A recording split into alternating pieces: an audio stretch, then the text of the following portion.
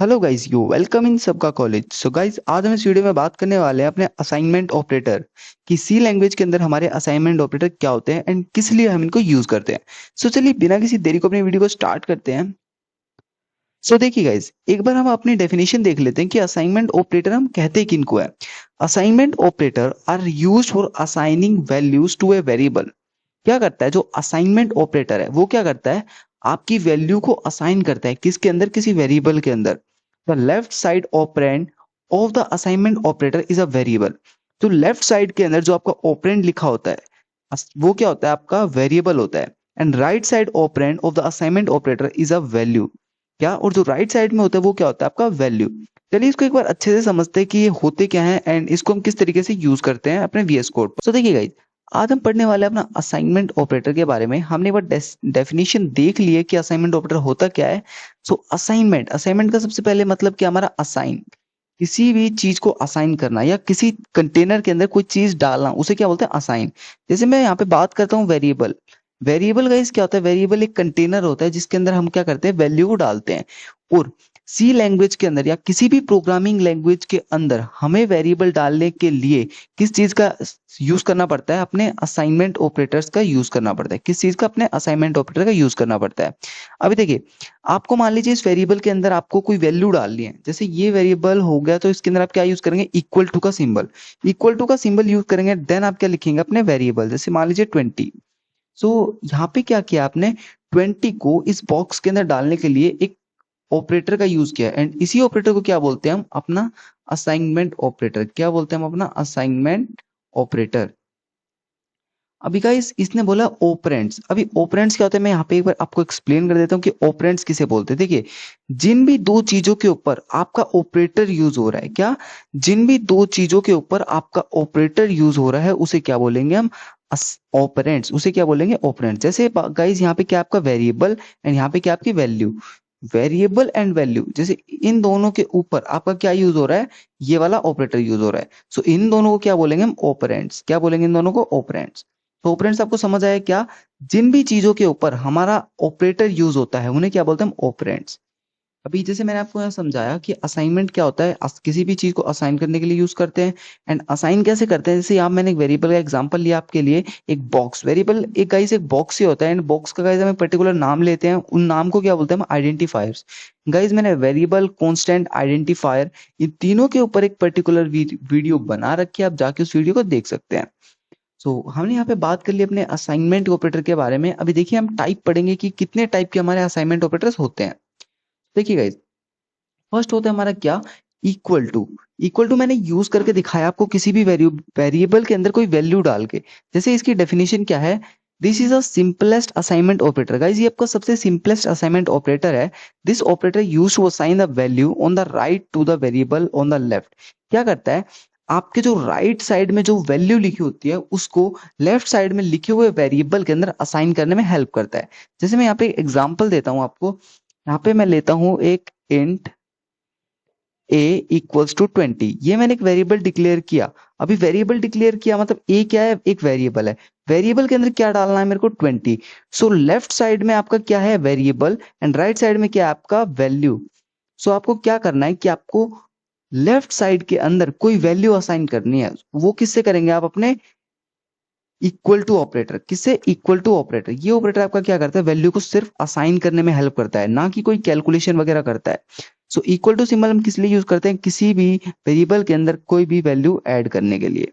सो अभी हमारा second operator क्या है, हमारा plus equal to operator. Guys ये जो अब ऑपरेटर आ रहे हैं ये क्या है, आपके अर्थमेटिक ऑपरेटर के मिक्सचर। मतलब अर्थमेटिक एंड असाइनमेंट ऑपरेटर दोनों को मिलाकर जो ऑपरेटर बनते हैं वो ऑपरेटर्स अभी हम पढ़ रहे हैं। So plus equal to operator, guys ये प्लस इक्वल टू ऑपरेटर क्या करता है, this operator is a combination of plus and equal to operator. The operator first adds the current value to the variable on the left to the value on the right and then assign the result to the variable on the left example. जैसे मैं यहाँ पे example लेके आपको समझाता हूँ, क्योंकि देखिएगा इस डेफिनेशन पढ़ के आपको एकदम समझ में नहीं आया होगा, आपको थोड़ी कंफ्यूजन हो रही होगी। सो मैं यहाँ पे एग्जांपल लेता हूँ। देखिए यहाँ पे एक एग्जांपल लेते हैं, बिल्कुल सिंपल सा एग्जांपल लूंगा मैं आपके लिए। जैसे यहाँ पे मैंने क्या लिया, इंट a इक्वल टू 20। मैंने a इक्वल टू 20 लिख लिया। अभी गैस मेरे को क्या करना है, मेरे को a के अंदर, अभी मान लीजिए यहाँ पे क्या है b, मैं एक और वेरिएबल डिक्लेयर करता हूँ इंट बी इक्वल टू 10। ये दो वेरिएबल मैंने यहाँ पे डिक्लेयर किए। एंड अब क्या करना है, अब हम अपना प्लस इक्वल टू जो ऑपरेटर है उसको यूज करके देखेंगे। यहाँ पे देखिए मेरे को यहाँ क्या करना है, A plus equal to B. मैंने यहाँ क्या लिखा, A plus equal to B. And then यहाँ क्या कर दूंगा मैं, ए प्रिंट ए। ये क्या है, आपका एक सिंपल सा एल्गोरिथम है। एल्गोरिथम मैंने आपके लिए एल्गोरिथम के ऊपर पर्टिकुलर वीडियो बना रखी है कि एल्गोरिथम क्या होता है हमारे सी लैंग्वेज के अंदर। सो यहाँ पे हम बात करते हैं क्या, ए प्लस इक्वल टू का मतलब क्या है। देखिए A plus equal to B का मतलब क्या है, A equal to A plus B, कि पहले इन दोनों ऑपरेंड्स को आपस में ऐड करेंगे, देन इसको क्या करेंगे, जो हमारा लेफ्ट वाला ऑपरेंड्स है उसके अंदर इन दोनों के एडिशन को स्टोर करा देंगे। मतलब क्या किया, लेफ्ट के अंदर जो आपका ऑपरेंड है, जो राइट के अंदर ऑपरेंड है, सबसे पहले उन दोनों को ऐड किया। एंड ऐड करने के बाद इन दोनों के एडिशन को लेफ्ट वाले ऑपरेंड के अंदर हमें असाइन करा देना है। जैसे यहाँ पे डेफिनेशन के अंदर आपको बोला गया है क्या, कि this operator first adds the current value. ये क्या करता है, आपके करंट वैल्यू एंड वेरिएबल को आपस में ऐड करता है जो आपके लेफ्ट और राइट में लिखे होते हैं। Then assign the result to the variable on the left. और जो लेफ्ट के अंदर जो आपका जो वेरिएबल लिखा होता है उसके अंदर क्या कर देता है, असाइन कर देता है। तो ये था कि हमारा प्लस इक्वल टू ऑपरेटर। अभी बात करते हैं नेक्स्ट ऑपरेटर की, जिसके अंदर आता है हमारा minus equal to operator. Guys ये बिल्कुल सेम इसका फंडा है जो हमारे प्लस इक्वल टू ऑपरेटर का है। सो यही इसी तरीके से minus equal to operator use करते हैं। This operator is combination of negative and equals to operators. ये आपका guys negative and equal to operator का वो मिक्सचर होता है। This operator for subtract the value on the right from the current value. क्या करता है, आपकी जो राइट एंड लेफ्ट के अंदर जो वेरिएबल एंड वैल्यू लिखे हुए हैं उन दोनों का डिफरेंस निकालता है। एंड देन इन दोनों के डिफरेंस का जो रिजल्ट है वो क्या करता है, लेफ्ट के अंदर स्टोर करा देता है। जैसे आप यहाँ देख सकते हैं ये वाला example, a minus equal to B can be written as a equal to a minus B.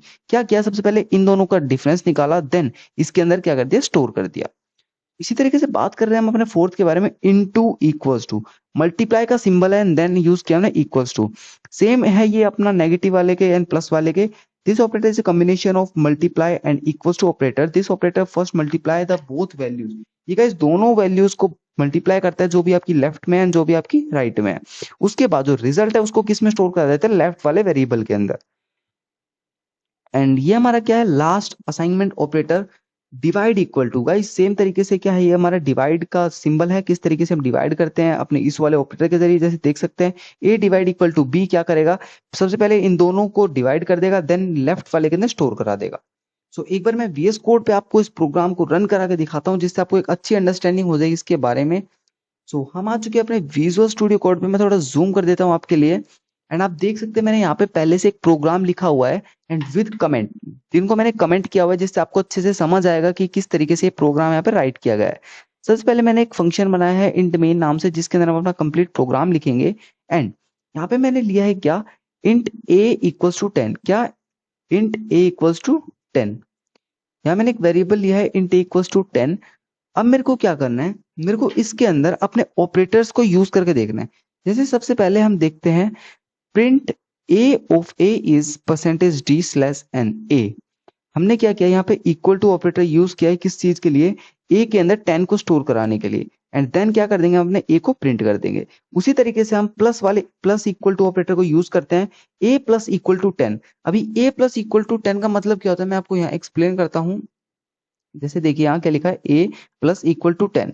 अब गाइज आप बता दीजिए ए प्लस इक्वल टू 10 का मतलब क्या है। जो लेफ्ट वाला जो आपका ऑपरेटर है उसके अंदर क्या किया गया है, उसके अंदर आपके दोनों को सम करके डाल दिया गया है, ए प्लस 10। अभी ए कितना है गाइज, आप मैंने यहाँ पे ए कितना लिया था देख सकते हैं आप, यहाँ मैंने ए 10 लिया था।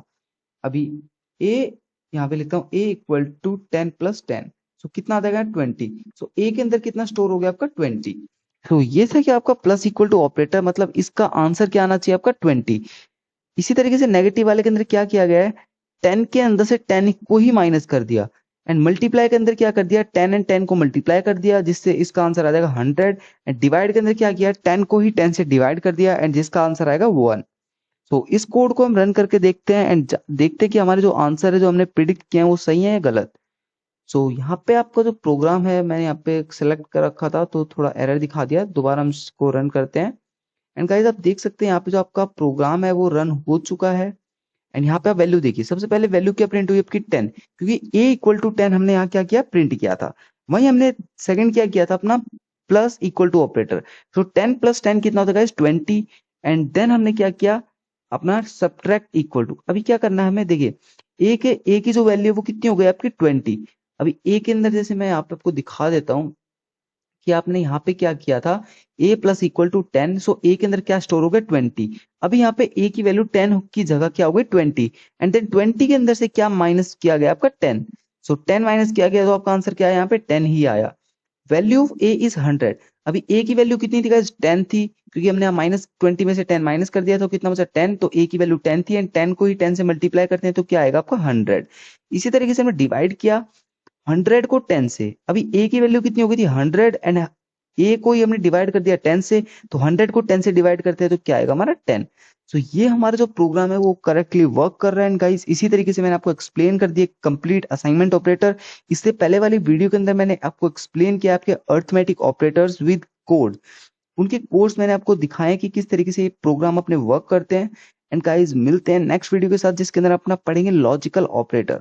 सबसे इंपॉर्टेंट ऑपरेटर्स हमारे लॉजिकल ऑपरेटर्स के बारे में डिटेल में पढ़ेंगे। सो गाइस आपको वीडियो अच्छी लगे तो गाइस वीडियो को लाइक करना, चैनल को शेयर करना एंड गाइस सब्सक्राइब करना बिल्कुल मत भूलना, क्योंकि आप सब्सक्राइब करेंगे तो हम एक मोटिवेशन मिलेंगे एंड हम और भी अच्छा कंटेंट आपके लिए ला पाएंगे। So guys thank you so much, मिलते हैं नेक्स्ट पार्ट के साथ।